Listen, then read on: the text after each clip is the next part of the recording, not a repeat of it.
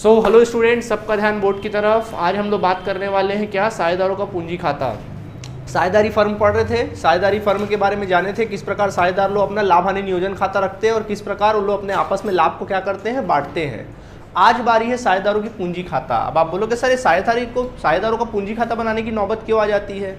देखिए क्या होता है, उसका कारण ये है कि देखिए एक तो होता है फर्म और दूसरे कौन होते हैं, फर्म के साझेदार। ठीक, ये बहुत सारे साझेदार हैं। मान लीजिए हम मानते कि 2 साझेदार हैं, सपोज हम लोग मान लेते 2 साझेदार हैं, ए और बी। ठीक है, अब देखो होता क्या है, एक फर्म और साझेदार के मध्य देखना बहुत सारे लेन देन होते हैं। जैसे कि एक साझेदार क्या करते हैं, फर्म में पूंजी लगाते हैं। साझेदार लोग फर्म में क्या लगाते हैं, पूंजी लगाते हैं। कभी कभी उनको पैसे की जरूरत पड़ती है तो फिर वो क्या कर लेते हैं, फर्म से आहरण कर लेते हैं, फर्म से आहरण कर लेते हैं। ऐसे ही साझेदार फर्म में पूंजी लगाए तो बदले में उनको क्या मिलता है, पूंजी पर ब्याज मिल जाता है। उनको बदले में क्या मिलता है, पूंजी पर ब्याज मिल जाता है। ठीक है, इसके अलावा फर्म में काम करते तो क्या मिलता है, उनको पारिश्रमिक मिल जाता है। पारिश्रमिक मतलब वेतन वगैरह मिल जाता है। ठीक है, या अगर मान लीजिए साझेदार ने फर्म को ऋण दिया तो बदले में क्या दिया जाएगा, उसको ऋण पर ब्याज दिया जाएगा। मतलब एक फर्म में साझेदार को, एक फर्म जो है साझेदार को बहुत कुछ देता है। इसके अलावा लाभ में हिस्सा भी देता है कि नहीं। लाभ हानि नियोजन खाता में जो आता है, लाभ में क्या देता है, हिस्सा भी देता है। तो देखो यहाँ पे फर्म साझेदार को बहुत कुछ क्या कर रहा है, दे रहा है। और कई बार ऐसा होता है कि साझेदार फर्म से बहुत कुछ क्या कर लेता है, मतलब साझेदार फर्म को देता है। साझेदार फर्म क्या करता है, देता है। जैसे साझेदार फर्म को क्या क्या देता है, आहरण पर ब्याज, आहरण पर ब्याज देता है। ठीक है, आहरण पर ब्याज देता है और बस, और क्या देता है। ठीक है, मेन जो है आहरण पर क्या करता है, ब्याज देता है। हाँ, हानि में हिस्सा, अगर हानि हो गया तो हानि में हिस्सा होता है। यानी बच्चों कहने का मतलब ये है कि एक साझेदारी फर्म में साझेदार और फर्म के मध्य बहुत सारे लेन देन होते हैं। और यहाँ पर आपका कैरेक्टर क्या है, आपको क्या बन के पढ़ने बोला था मैंने, फर्म की साझेदार, फर्म बन के पढ़ना आपको। आप अपने आप को क्या मानिए, फर्म मानिए, आप फर्म हो। ठीक है, आप हो फर्म। तो देखो बहुत कुछ साझेदार को देना है और बहुत कुछ साझेदार से क्या करना, लेना है। तो जो कुछ भी साझेदार को देना है तो उसको देने के लिए उसके घर जाओगे क्या, नहीं यार, इतना कुछ दे बार बार घर जाओगे क्या। पूंजी पर ब्याज देना, घर जा रहे हैं, आहरण पर ब्याज लेना है, फिर वह घर जाके लेके आ रहे हैं, बड़ा परेशानी होगी ना। सीधा क्या करते पता है, जब इतना कुछ लेन देन है तो अलग से क्या किया जाता है, साझेदार का एक पूंजी खाता बना दिया जाता है। क्या बना दिया जाता है, साझेदार का पूंजी खाता, या फिर इसको चालू खाता भी बोल लो। ठीक है, पूंजी खाता या चालू खाता बनाया जाता है। अगर आप फर्म हो, अगर आपको लगे कि ये चीज मुझे साझेदार को देना चाहिए तो उसके पूंजी खाते में डाल दिया जाता है वो चीज को। जैसे क्या क्या देना चाहिए, पूंजी पर ब्याज, पारिश्रमिक, ऋण पर ब्याज, लाभ में हिस्सा, ये सब साझेदार के पूंजी खाते में या चालू खाते में डाल दिया जाता है। अगर आपको लगे कि ये चीज हमको साझेदार से लेना चाहिए तो बिना पूछे साझेदार से क्या किया जाता है, निकाल लिया जाता है। जैसे कि आहरण पर ब्याज, हानि में हिस्सा, ये सब साझेदारों के अकाउंट से निकाल लिया जाता है, या आहरण है उसको भी निकाल लिया जाता है। आया बात समझ में कि नहीं आया, इस तरह से। तो अब पता कैसे चलेगा सर, हम ये तो बात हो गई नॉर्मल बातें। जब भी कभी अगर मैं बोलूँ कि ये चीज़ फर्म साझेदार की पूंजी खाते में डालो तो वहाँ साझेदार का पूंजी खाता पता है क्या होगा, समाकलन। यानी कि साझेदार, जब भी मैं बोलूँगा ये चीज़ साझेदार के पूंजी खाते में डालो तो वहाँ एंट्री क्या बनेगा, साझेदार का पूंजी या चालू खाता समाकलन होगा। यानी एंट्री क्या बना, जो दे रहे हो, जैसे ये दे रहे हो ना पूंजी पर ब्याज, तो पूंजी पर ब्याज खाता विकलन साझेदार के पूंजी खाते से या चालू खाते से। समझ में आया। अगर आपको लगे कि ये चीज़ निकालो तो क्या करोगे, उसका खाता विकलन, पूंजी या चालू खाता क्या होगा, विकलन। तो फिर जैसे कोई चीज़ निकाल रहे हो आप, आहरण पर ब्याज निकाल रहे हो तो क्या एंट्री बनेगा, नहीं, हाँ पूंजी या चालू खाता विकलन। हाँ वेरी गुड, बोलो बोलो, पूंजी या चालू खाता विकलन आहरण पर ब्याज खाते से, ये एंट्री बनेगी। आई बात समझ में कि नहीं आई, कोई दिक्कत इसमें आप लोगों को, एकदम आसान है कि नहीं है। तो जब कभी आपको लगे कि भाई ये चीज़ साझेदार को देना चाहिए तो उसके खाते में समाकलन कर दो। कभी भी लेना है, निकालना है तो उसके निकालना मतलब विकलन कर दो। एकदम कॉन्सेप्ट क्लियर है, समझ आया कि नहीं आया। तो ये होता है बच्चों, समझ में आ गया आप लोगों को, कोई दिक्कत नहीं है। अब यार क्या होता है, साझेदार को जो पूंजी खाते की विधियां होती है, अब हम बात करेंगे पूंजी खाते की विधियां। क्या बात करने वाले हैं, पूंजी खाते की विधियां। देखो साझेदार की जो पूंजी खाते की विधियां होती है ना, वो 2 प्रकार की होती है। एक होती है स्थायी पूंजी पद्धति। पहला कौन सी पद्धति होती है, स्थायी पूंजी पद्धति। यहाँ पर क्या होता है, साझेदारों का पूंजी स्थायी होता है, मतलब हर साल साझेदार एक जैसे ही पूंजी लगाएंगे। एक साल अगर 1 लाख लगाए तो वही 1 लाख हर साल रोटेट होता रहेगा, बदलेगा नहीं। इसको बोलते हैं स्थायी पूंजी पद्धति। और एक होता है परिवर्तनशील पूंजी पद्धति। परिवर्तनशील पूंजी पद्धति, पूंजी पद्धति इसमें क्या होता है, परिवर्तनशील पूंजी पद्धति मतलब इसमें साझेदार जो पूंजी लगाते हैं, इसके अलावा व्यापार में जो कुछ भी कमाते हैं वो भी फर्म में क्या कर देते हैं, लगा देते हैं, जिसकी वजह से पूंजी ना परिवर्तित हो जाती है। परिवर्तनशील पूंजी पद्धति मतलब जो पूंजी लगा है वो तो है ही है, और जो कुछ भी साझेदार फर्म से कमा रहे हैं उसको भी पूंजी में लगा देते हैं। क्या क्या कमा रहे हैं, जैसे सब कमा रहे हैं ना साझेदार लोग फर्म से, सब व्यापार में लगा देते हैं, अपने घर नहीं लेके नहीं जाते, सब लगा देते हैं व्यापार में, उसको बोलते हैं परिवर्तनशील पूंजी पद्धति। तो जब कभी भी स्थायी पूंजी पद्धति बनाओगे उसमें आपको दो खाते बनाने पड़ेंगे। पहला बनाना पड़ेगा साझेदारों का पूंजी खाता, पहला बनाओगे साझेदारों का पूंजी खाता अलग से बनाओगे, और दूसरा बनाओगे आप लोग साझेदारों का चालू खाता। जबकि अगर आप परिवर्तनशील पूंजी पद्धति अपनाओगे तो वहां पर आपको केवल एक पूंजी खाता बनाना है, और वो है साझेदारों का पूंजी खाता ही बनाना है आपको, और कोई खाता आपको बनाना यहाँ पर नहीं है। आई बात समझ में कि नहीं आई? ठीक, ओके। तो यहाँ पर साझेदारों का पूंजी खाता, यहाँ पर क्या होता है, पूंजी खाता अलग बनता है, और जो कुछ भी साझेदार को देना है वो उसके चालू खाते में डल जाता है, जो भी कुछ लेना है वो चालू खाते से निकल जाता है। लेकिन अगर आप परिवर्तनशील पूंजी पद्धति अपना रहे होगे तो जो कुछ भी साझेदार को देना है तो सब पूंजी खाते में ही जाएगा, जो भी लेना साझेदार के पूंजी खाते से ही निकलेगा। समझ में आया? यहाँ दो बर्तन है, यहाँ पे केवल एक बर्तन है। समझ आया कि नहीं आया? कोई दिक्कत नहीं है? कुछ पूछना है यहाँ तक? नहीं? रिवाइज कर दूँ एक बार, 2 मिनट रिवाइज करते हैं। देखिए क्या लिखा है, फर्म का व्यापार होता है और फर्म होता है, साझेदार और फर्म के बाद बहुत सारे लेन देन होते हैं। जैसे साझेदार फर्म को पूंजी लगाते हैं, फर्म से आहरण करते हैं, फर्म को साझेदार को बहुत कुछ देना होता है, जैसे कि पूंजी पर ब्याज, पारिश्रमिक, ऋण पर ब्याज, लाभ में हिस्सा, ये सब साझेदार लोग को क्या करना होता है, देना होता है।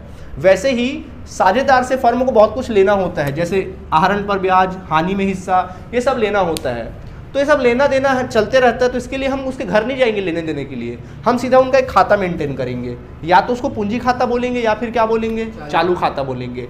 अगर आपको लगे कि आप फर्म हो, तो अगर आपको लगे कि मुझे साझेदार को देना चाहिए तो उसे घर मत जाना देने के लिए, सीधा उसके पूंजी खाते में डाल देना, पूंजी या चालू खाते में। अगर आपको लगे कि मुझे लेना चाहिए तो उसके पूंजी खाते से क्या कर लेना, या चालू खाते से निकाल लेना। डालना मतलब पूंजी खाता समाकलन करना, निकालना मतलब पूंजी खाता विकलन करना। आया बात समझ में?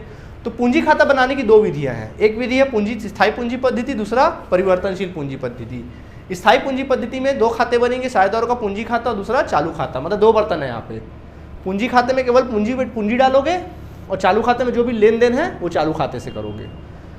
परिवर्तनशील पूंजी खाते में केवल एक ही बर्तन है, पूंजी खाता, जो कुछ भी देना लेना है पूंजी खाते में डालो, पूंजी खाते से निकालो। बात समझ में आई कि नहीं आई? कोई दिक्कत इसमें आप लोगों को? प्लीज नोट करिए। ओके, ध्यान देंगे आप सभी। तो देखिए अब हम लोग बारी बारी सारी चीज़ें एक्सप्लेन करते हैं आपको। सबसे पहले मैंने बताया कि पूंजी खाता बनाने की दो विधियां हैं, एक परिवर्तनशील, दूसरा स्थायी। पहले अपन स्थायी डिस्कस कर लेते हैं। पहले हम बात करेंगे स्थायी पूंजी पद्धति।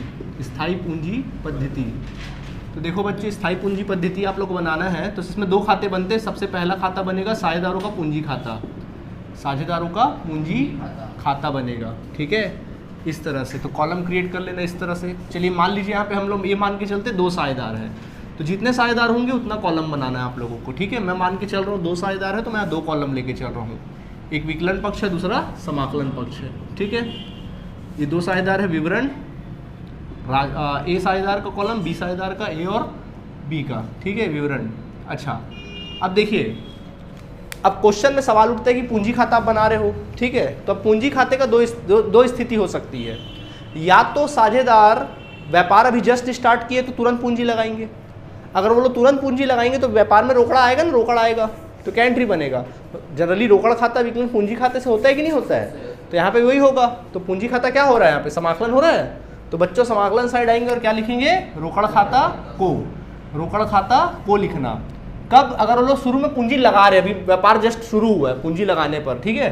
पूंजी अगर वो लोग लगा रहे होंगे नई पूंजी तो उसको लिखना समाकलन साइड में, समझ में आया।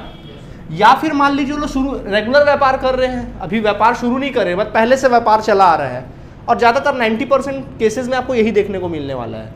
तो यानी पूंजी पहले से पड़ा हुआ है, तो पूंजी का शेष हमेशा कौन सा शेष होता है, समाकलन की विकलन।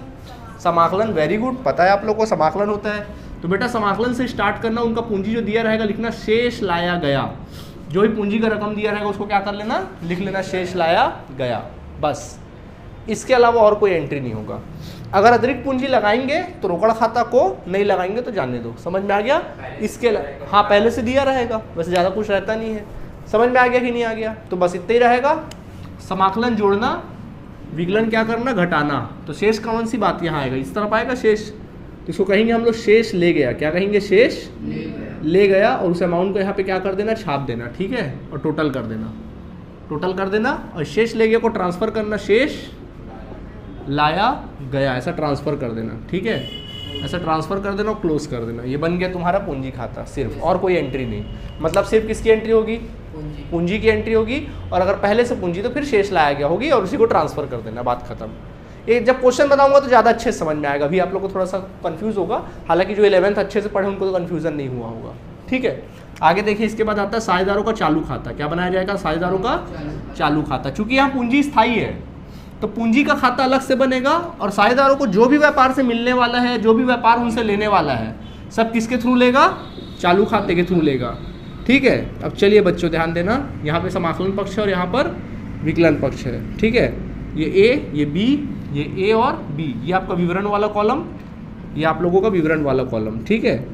अब सवाल उठता है कि सर पूंजी खाते का शेष तो आपने हमको बता दिया कि पूंजी खाते का शेष जो है सदैव समाकलन शेष होता है, ठीक है, लेकिन जो चालू खाता होता है उसका शेष कौन सा शेष होता है?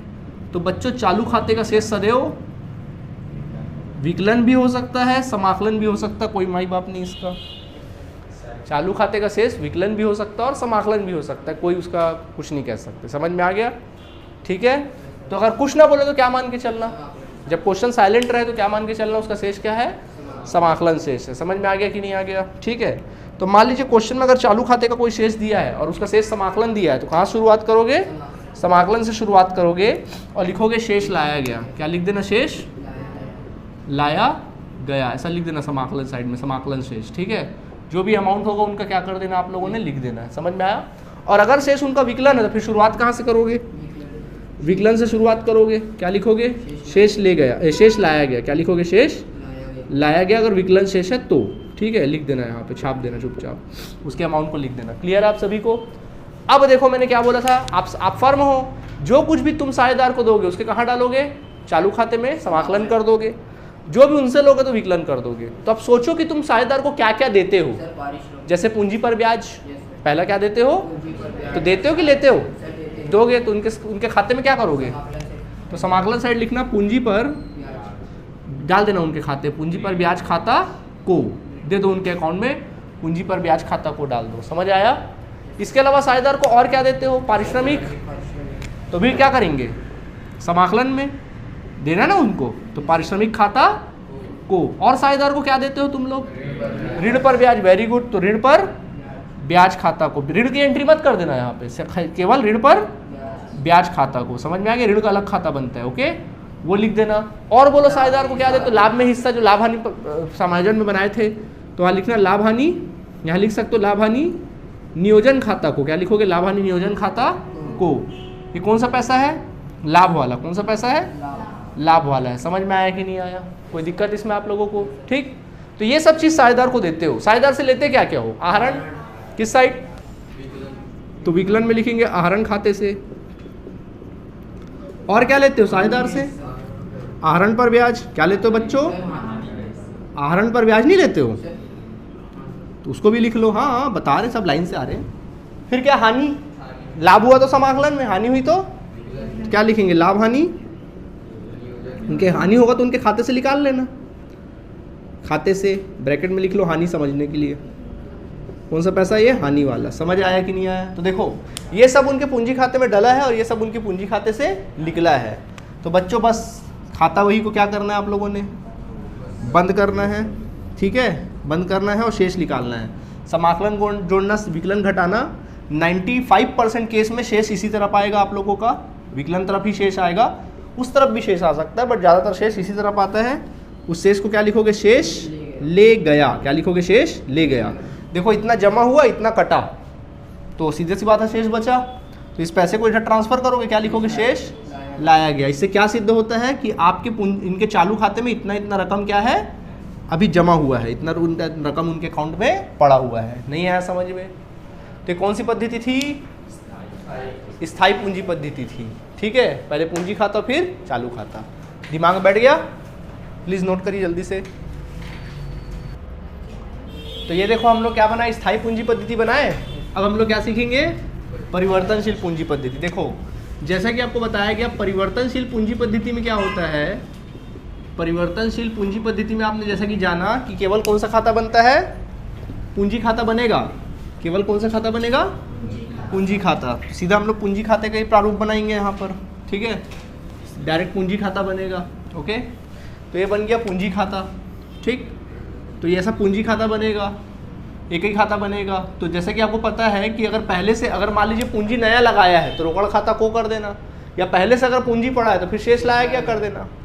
अब हो गया कहानी खत्म। अब जो कुछ भी साझेदार को देना है वो चालू खाते में नहीं जाएगा, सीधा उनके परिवर्तनशील पूंजी पद्धति, केवल एक खाता है, सारा कौन से बर्तन में उड़ेलेंगे? पूंजी खाते में। ठीक है, तो वो जो कुछ भी देना साझेदारों के पूंजी खाते में समाकलन करोगे, जो कुछ भी लेना है विकलन में। यानी कि जो जो चालू खाते में आप एंट्री करते थे सारी एंट्री कहाँ होगी? पूंजी खाते में। बताओ साझेदार को क्या क्या देते हो? पूंजी पर ब्याज किस साइड? तो लिख देना पूंजी पर ब्याज खाता को। समझ में आया? पूंजी पर ब्याज खाता को। हाँ जी, क्या बोले आप? कुछ बोल रहे हो क्या? हाँ जी, कुछ बोल रहे हो? नहीं। साझेदार को पारिश्रमिक दोगे तो? हाँ, समाकलन साइड में पारिश्रमिक खाता को, पारिश्रमिक खाता को। अच्छा, साझेदार को ऋण पर ब्याज दोगे तो? और क्या देते हो? ऋण पर ब्याज नहीं देते हो, ऋण पर ब्याज खाता को। और क्या देते हो साझेदार को? लाभ में हिस्सा तो लिखेंगे लाभ हानि नियोजन खाता को, लाभ हानि नियोजन खाता को। आया बात समझ में कि नहीं आया? ठीक है, इसके अलावा साझेदार से ये सब देते हैं, लेते क्या क्या हैं?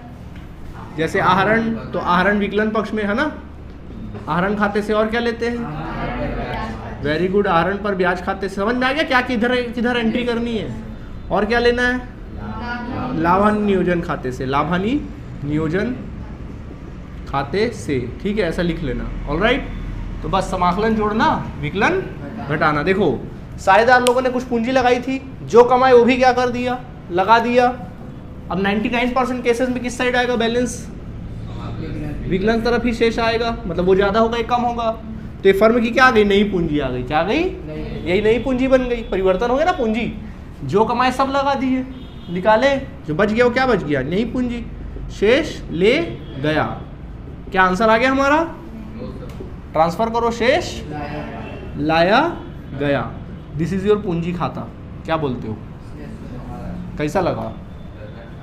अच्छा, लल्लन टाप। ठीक है, कोई दिक्कत इसमें आप लोगों को नहीं है? पक्का? चलिए नोट करिए जल्दी से। चलिए स्टूडेंट्स, मैं आप लोग को एक क्वेश्चन के थ्रू समझाता हूँ इस बात को। ठीक है, चलो देखो, एक मैं क्वेश्चन अपने मन से दे रहा हूँ।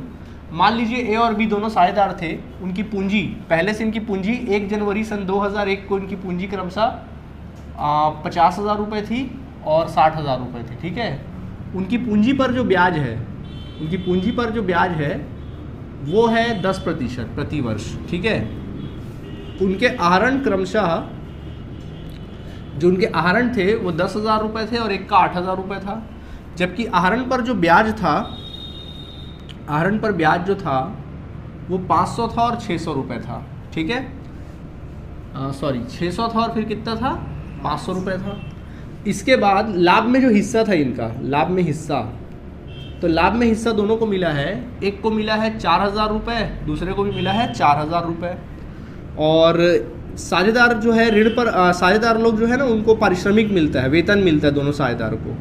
तो ये साझेदार को 2,000 रुपये वेतन मिला, जबकि इस साझेदार को कमीशन मिला है 3,000 रुपये कमीशन मिलता है इस साझेदार को। ठीक है, और जो ऋण पर ब्याज किसी साझेदार, चलो ऋण पर ब्याज को इग्नोर करते हैं, तो आपको साझेदारों का पूंजी खाता बनाना है। क्या बनाना है? साझेदारों का पूंजी खाता। दोनों पद्धति से बनाएंगे। ठीक है, मैं आपको स्थिर पद्धति बना के दिखाता हूँ, स्थायी पद्धति। परिवर्तनशील तुम लोग खुद बना के दिखाना, चलेगा? चलो, तो मैं पहले बनाता हूँ साझेदारों का। पहले मैं लिखूंगा नंबर 1 स्थायी पूंजी पद्धति, ऊपर हेडिंग लिखूंगा स्थायी पूंजी पद्धति के द्वारा बनाएंगे। ठीक है, स्थायी पूंजी पद्धति द्वारा। तो पहले हम बनाएंगे साझेदारों का पूंजी खाता। साझेदारों का पूंजी खाता बनाना कॉलम क्रिएट करो इस तरह से, ठीक है। चलो बताओ, अब क्वेश्चन में चेक करो क्या साझेदार लोग अभी नया व्यापार चालू करे हैं या पहले से पूंजी दी हुई है? नया व्यापार नहीं, इस पहले से पूंजी दी है। मान के चलेंगे कि पूंजी पहले से दिया है, ठीक है। ये मान के चलिए कि पूंजी 1 जनवरी को पहले से उनके पास 50,000 और 60,000 रुपये पूंजी है। तो बताओ पूंजी का शेष कौन सा शेष होता है? तो समाकलन से स्टार्ट करना, शेष लाया गया, कितना रुपये पूंजी लगाया गया? 50,000 और फिर कितना? 60,000 रुपये पूंजी लगाया गया, ठीक है। इसके अलावा क्या अतिरिक्त पूंजी लगाई गई? नहीं, कुछ भी नहीं लगाया गया। तो बस अकाउंट क्लोज कर देना और समाकलन जोड़ना, विकलन घटाना, ठीक है। 50,000 को जोड़ो, इधर 60,000, ठीक है। इधर कुछ है क्या? तो बताओ शेष आ गया यहाँ पे, क्या लिखेंगे? शेष ले गया, शेष ले गया, इसी को छाप देना 50,000 और फिर कितना? 60,000। टोटल कर लो 50,000 और 60,000, दोनों तरफ का टोटल हमेशा इक्वल रहता है। ट्रांसफर करो इसको, शेष लाया गया, शेष लाया गया, कितना कितना? 50,000 और फिर कितना? 60,000। खाता क्या कर दो, इस तरह से क्लोज कर दो। समझ आया कि नहीं आया? अब हम बच्चों बनाएंगे साझेदारों का चालू खाता, साझेदारों का चालू खाता। तो चालू खाता बनाएंगे आप सभी, तो कॉलम बना लो चालू खाते का। तो ये कॉलम हो गया आपके साझेदारों का चालू खाते का, ठीक है। ये विकलन पक्ष है और ये समाकलन है, ये ए है, ये बी है, ठीक है। क्या क्वेश्चन में कहीं चालू खाते का शेष पहले से दिया है? नहीं दिया है, इग्नोर करो। तो सीधा बताओ क्या बताया था? क्या पूंजी की एंट्री यहाँ होगी? नहीं। पूंजी पर ब्याज की एंट्री किस साइड? समाकलन में लिखना पूंजी पर ब्याज खाता को, ठीक है। पूंजी पर ब्याज खाता को कितना प्रतिशत बोला है? तो 50,000 है ना पूंजी, 10% निकालो, 5,000 और उसका 6,000। समझ आया? फिर आहरण दिया है, बोलो किस साइड? विकलन साइड लिख दो। आहरण खाते से क्या लिखोगे? आहरण खाते से कितना रुपया? 10,000 और कितना? 8,000। फिर पढ़ो क्या लिखा है, किस साइड? वेरी गुड, विकलन में लिखना आहरण पर ब्याज खाते से, आहरण पर ब्याज खाते से कितना कितना? 600 और 500। समझ आया? फिर क्या लिखा पढ़ो, बोलो क्या करना है? समाकलन में क्या लिखेंगे? लाभ हानि,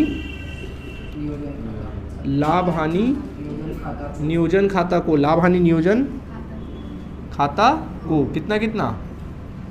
4,000 और फिर कितना? 4,000। फिर क्या लिखा पढ़ो, किस साइड? समाकलन में क्या लिखेंगे? वेतन खाता को, वेतन खाता को किसको मिला?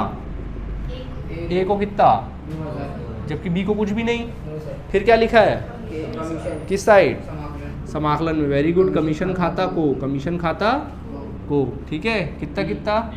बी को 3,000, बाकी को मिला कुछ? नहीं मिला। तो बस बच्चों और कुछ बचा? नहीं बचा। समाकलन जोड़ो और विकलन घटा दो। देखो ये सब उनके खाते में जमा हुआ है, ये सब निकला है। 5 और 9 9 2 11,000।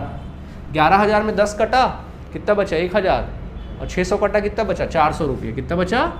400। शेष ले गया, क्या बोलेंगे? शेष ले गया 400 रुपया। समझ आया कि नहीं आया? 11,000 में से दोनों घटाए, कितना बच गया? 400 रुपये बचा। वैसे इसका जोड़ो, कितना हुआ? 6 4 10, 10 3 13,000। 13,000 में से 8,000 कटा, कितना बचा? 5,000। 500 कटा, 4,500। क्या बचा? 4,500, ठीक है। यहाँ लिख देना 13,000। ट्रांसफर करो, शेष लाया गया, कितना कितना? 400 और 4500। नहीं समझ आया? मतलब ये हुआ कि ए के खाते में 400 जमा है, बी के खाते में 4,500 रुपये जमा है। समझ आया कि नहीं आया? कोई समस्या या परेशानी है तो बोलो, कोई दिक्कत नहीं, ठीक है। परिवर्तनशील से आप बना पाओगे कि नहीं बना पाओगे? बना के लाना, ठीक है। चलिए, थैंक यू। बाकी बड़े क्वेश्चन कल की क्लास में, ओके। थैंक यू बच्चों।